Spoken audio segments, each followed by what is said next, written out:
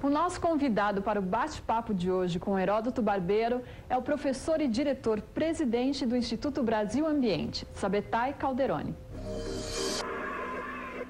Professor Sabetai, o lixo é problema para as cidades pequenas e médias do nosso país? É um enorme problema, Heródoto. É um problema gigantesco. Por exemplo, um município de 200 mil habitantes, tomando como modelo, ele acaba por gastar 8 milhões de reais por ano, todos os anos, com lixo, quando, na verdade, poderia estar retirando desse mesmo material, se visto não como lixo, mas sim como matéria-prima de um processo industrial, poderia estar retirando 12 milhões. Ou seja, gasta 8 para enterrar 12. Prejuízo total, 20 milhões para um município de 200 mil habitantes. Então, mas quanto é que ele teria que gastar, por exemplo, ao invés de optar em enterrar o seu lixo, de desenvolver, por exemplo, um sistema de reciclagem? Ele não vai gastar muito mais? O prefeito não vai comprometer muito mais o seu orçamento nisso? É possível a uma prefeitura não despender um único centavo, não investir absolutamente nada para implantar uma central de reciclagem integral de resíduos, porque o investimento ficaria todo ele a cargo do setor privado. Não é melhor um aterro sanitário? Mais fácil? Tem que ficar separando as coisas lá? Dizem que Deus deu ao homem um mandamento com relação ao lixo: não transportarás. E realmente o transporte do lixo custa muito caro. Nós estamos gastando hoje, entre transportar e enterrar, na região metropolitana de São Paulo e nos arredores, coisa como R$120 por tonelada. Isso é muito caro. Quando entram em colapso os aterros, nós temos que transportar para mais longe ainda o lixo, cada vez mais longe. Isso é uma forma insustentável de lidar com o lixo. Na verdade, o ideal seria transformá-lo em matéria-prima industrial, que é o que ele realmente é. É um equívoco do olhar. Nós estamos vendo lixo onde existe matéria-prima. Como é que a população poderia participar? O que um cidadão comum, por exemplo, poderia participar num programa de reciclagem como esse que o senhor está descrevendo? Coleta seletiva é a primeira e grande forma de atuação do morador das cidades. Ele deve fazer isso em conjunção com um programa de coleta seletiva e reciclagem da prefeitura, de uma forma ordenada. Das duas dicas de hoje para a leitura, a primeira é de autoria do professor Sabetai Calderoni. Os bilhões perdidos no lixo já está na 4ª edição.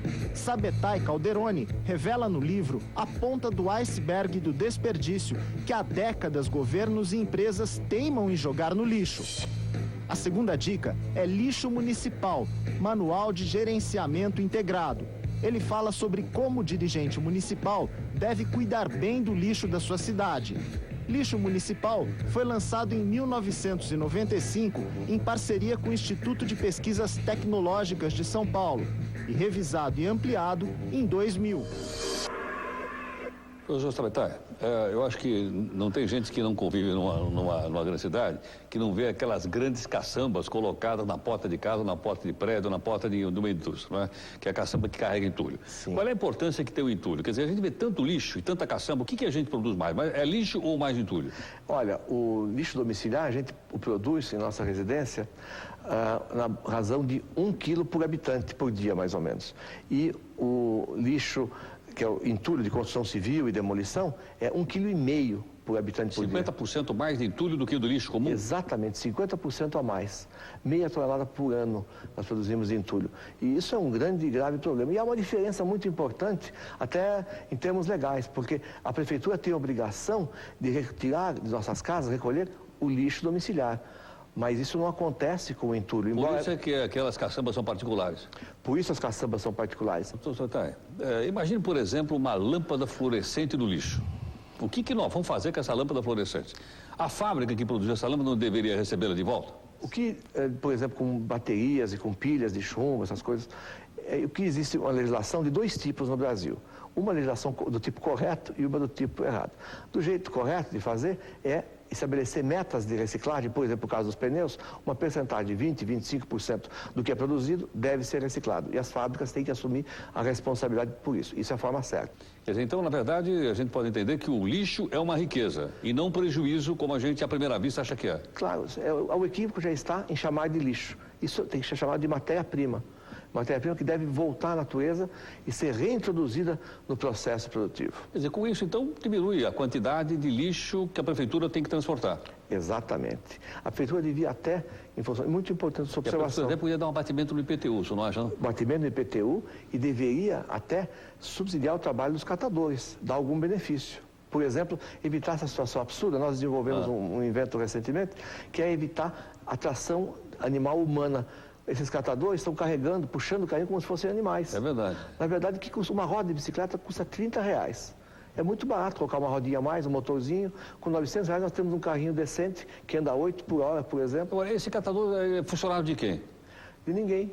Ele simplesmente é um autônomo que trabalha, eles dizem que na economia informal. Mas, na verdade, é uma economia ilegal, é alguma coisa, é uma pessoa que trabalha sem garantias trabalhistas, prestando um imenso... Mas ele não podia formar uma cooperativa? Muitas vezes formam cooperativas. Essas cooperativas, às vezes, dão certo, às vezes não dão certo. Deveriam merecer o maior apoio. Essa economia que você mencionou agora, de a prefeitura não ter que transportar e enterrar esse material, gastar 120 por tonelada, cada tonelada podia dar pelo menos 60, ficar com metade do lucro para a prefeitura e metade para o catador ou para a cooperativa. Isso, recentemente, uma associação de Joinville, dos panificadores, eu até brinquei com a sacolinha de plástico, eles trocaram lá a sacolinha de plástico com a sacolinha de pano. E a pessoa, a pessoa já leva e o pão é colocado na sacolinha de pano. Para não ter que ficar com aquela sacolinha de plástico que depois você joga no córrego lá. Isso, reutilização dos materiais. Por exemplo, vamos supor a indústria de refrigerante, que tem aquele monte de garrafa. Aí o pessoal junta, empacota aquilo, a indústria recebe ou não recebe? Não, aqui acontece um fenômeno chamado privatização dos lucros e socialização dos prejuízos. Ou seja, a sociedade recebe o prejuízo, que é a deposição desses materiais no meio ambiente. Sim. E a indústria recebe o benefício de ter um material mais leve para transportar, transportando com o mesmo combustível, muito mais quantidade de líquido. Entendo. Professor Sabetay, muito obrigado. Obrigado a vocês. Um abraço, obrigado. Obrigado. Ficamos por aqui. Até a próxima edição do Balanço Social. Obrigada.